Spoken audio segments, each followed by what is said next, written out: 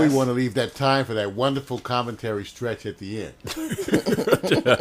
So can we talk about the oil spill? Okay, because by the time I find these videos, you done moved on to the next topic. I know, but let's go to the video because I do want to talk about black on black face. This is bright. I got something from Media Matters, but remember now, you guys, in all fairness to Shirley and myself, we're pulling this up on the air live, so we don't know totally what these are getting. Media Matters has a recent, they say 2 hours old video about Breitbart. Now, Breitbart is the man who did the initial calling out. Tomorrow's going to be a long day, and first of many in a row.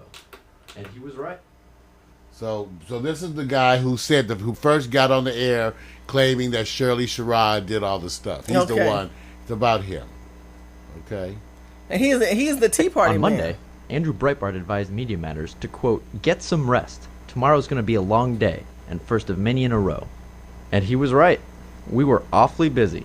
Media Matters for America, the left-wing media monitoring group. Do you think this Shirley Sherrod case will bring the volume down at all? I don't think it will. I mean, I think, frankly, the right wing mob is committed to this stuff. Well, Andrew had no idea what the context of the comments were, but that didn't stop him from launching the smear campaign. And that's what Andrew Breitbart and Fox News and the right-wing media does. And they've been doing it for a long time, and it's sort of ugly and contemptible. And if he had any decency, he'd apologize to Shirley Sherrod.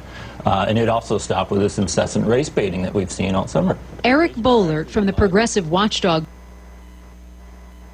See, that's the point, is that it gets in the way of well-meaning of conservatives. Now, again, damn if I will defend well-meaning conservatives. I'm not going to defend you. I'm just saying things like this. This is the kind of race baiting that us on the left too hate, Shirley. It gets in the way of any kind of real conversation. But this is the race baiting that I say that regular media wants to promote. I'm telling you here, hiphoprepublican.tv and .com, read our bloggers. Go online, do your own homework, and do not be derailed by things that are not going to help you today. This is not going to help you today to start thinking backwards and going back in time. Like Ron Paul's son was trying to promote the civil rights law of how you can't have people, you can discriminate and choose who can come eat and not eat at your table. I mean, these are things that to me... Yeah, he blew that one. Come on. Yeah, that's Rand Paul. Do your homework on Rand Paul, Ron Paul's son on that subject. But I want you to identify this, my family. What's going to change your life and change your mind is that you need to identify things that are going to help you now.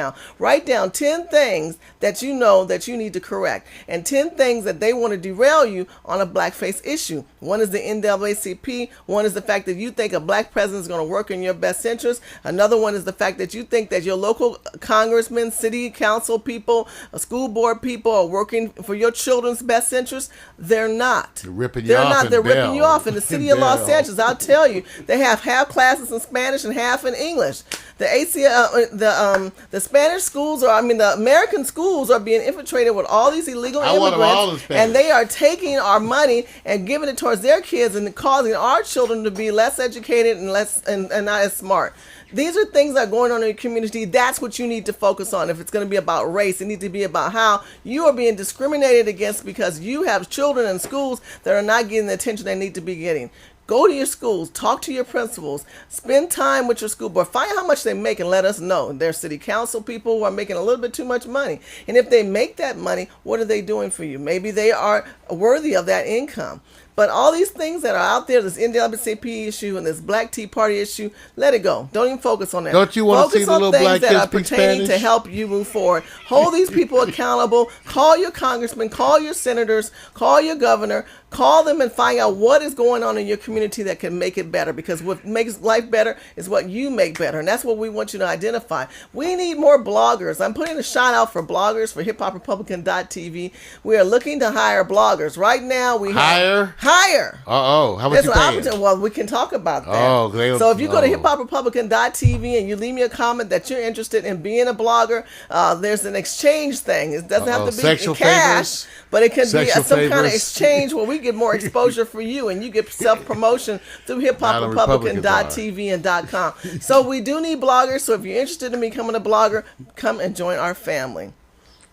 Well, oil spill. Can we go into that? Do we have time for that? We do real quickly. I got a video on that about the money, Shirley. It's all about complaints over BFE's compensation. Unfortunately, the video does come from Al Jazeera.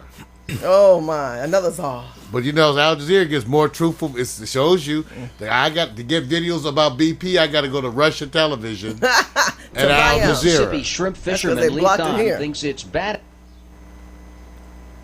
And they do think it's bad as it's doing its lapse time frame. I will tell you, the BP oil spill is still very controversial because a lot of people are unemployed from it.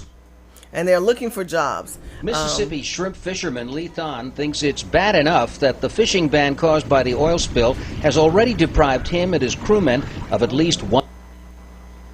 Oh boy! Well, you know, see, sometimes it runs $150,000 in income. Wow! As yet, he's received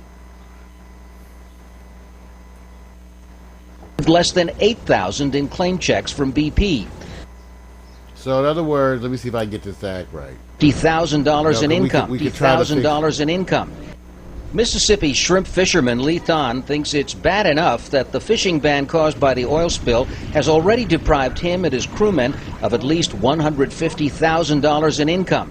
As yet, he's received less than $8,000 in claim checks from BP. The company has hired him for just 1 day of cleanup work, and he hopes for more work to come, but whatever he earns would be deducted from future compensation.